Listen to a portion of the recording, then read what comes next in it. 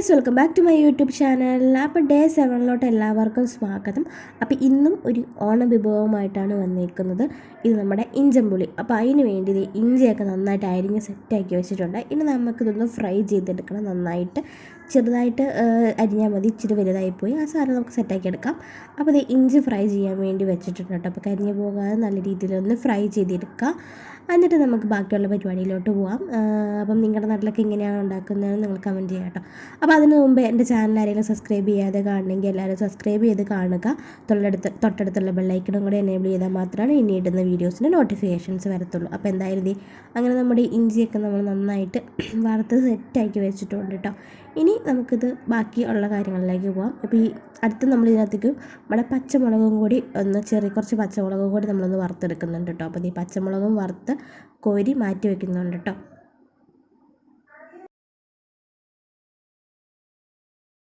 അങ്ങനെ നമ്മളത് അടുത്തതായിട്ട് നമ്മൾ ഉലുവയൊന്ന് ചൂടാക്കി എടുക്കുന്നുണ്ട്. കാരണം ഉലുവാപ്പൊടി ഇല്ലാത്തതുകൊണ്ട് നമ്മൾ ഉലുവയൊന്ന് ചൂടാക്കിയിട്ട് പൊടിച്ചിട്ടാണ് ഉലുവാപ്പൊടി എടുക്കണേ. ഇനി വേറൊരു പാത്രത്തിലോട്ട് നമുക്ക് ആവശ്യത്തിന് മുളക് പൊടിയും മഞ്ഞൾപ്പൊടിയും പിന്നെ ഉപ്പ് പിന്നെ ഇട്ടാൽ മതി. ഇതെല്ലാം കൂടി ഇട്ട് നമ്മുടെ പുളി നമ്മൾ വെള്ളത്തിൽ കുതിരാൻ വെച്ചിട്ടുണ്ടായിരുന്നു. അത് നമ്മൾ ഇതിനകത്തേക്ക് പിഴിഞ്ഞ് നന്നായിട്ട് നമ്മുടെ പുളിയുടെ അനുസരിച്ച് നമ്മൾ എടുത്ത് കഴിഞ്ഞിട്ട് ഇത് നമ്മൾ നന്നായിട്ട് തിളപ്പിച്ചെടുക്കാം.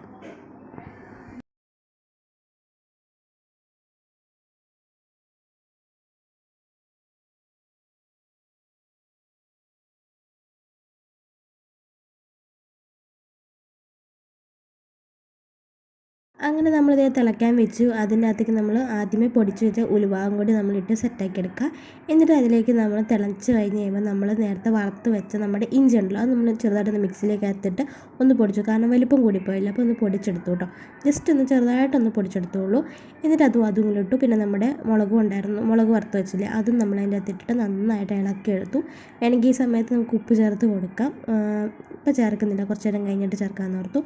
അപ്പോൾ ഞാൻ നന്നായിട്ട് ഒന്ന് സെറ്റായി വന്നു കഴിയുമ്പോൾ നമ്മൾ ഇതിനകത്തേക്ക് ഒരു ശർക്കര, ചെറിയൊരു നമ്മുടെ പുളിക്കല്ല അതിൻ്റെ ഒരു മധുരത്തിന് ഒരു ചെറിയൊരു കട്ട അതിൻ്റെ അകത്തേക്ക് നമ്മൾ എടുക്കുക. പുളി കൂടിപ്പോയി കഴിഞ്ഞാൽ കുറച്ച് ശർക്കര ഇട്ടാൽ മതി. അപ്പം ശർക്കരയും എല്ലാം കൂടി ബാലൻസ് ചെയ്തു മതി. ഇത്രയും ശർക്കര നമ്മൾ അതിൻ്റെ അകത്തിട്ട് നന്നായിട്ട് ഉരുക്കിയെടുക്കുക.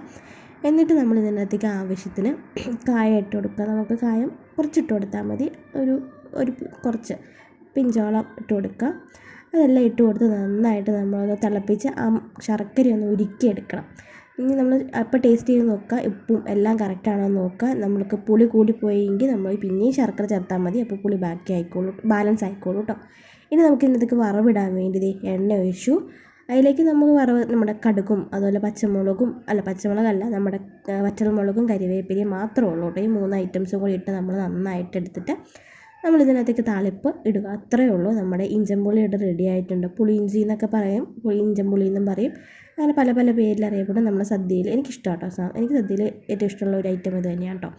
എനിക്കിത് തന്നെ ഉണ്ടെങ്കിൽ ഞാൻ ചോറൊക്കെ കഴിക്കും കേട്ടോ. അപ്പം അത് നമ്മൾ കടുക് താളിച്ചു.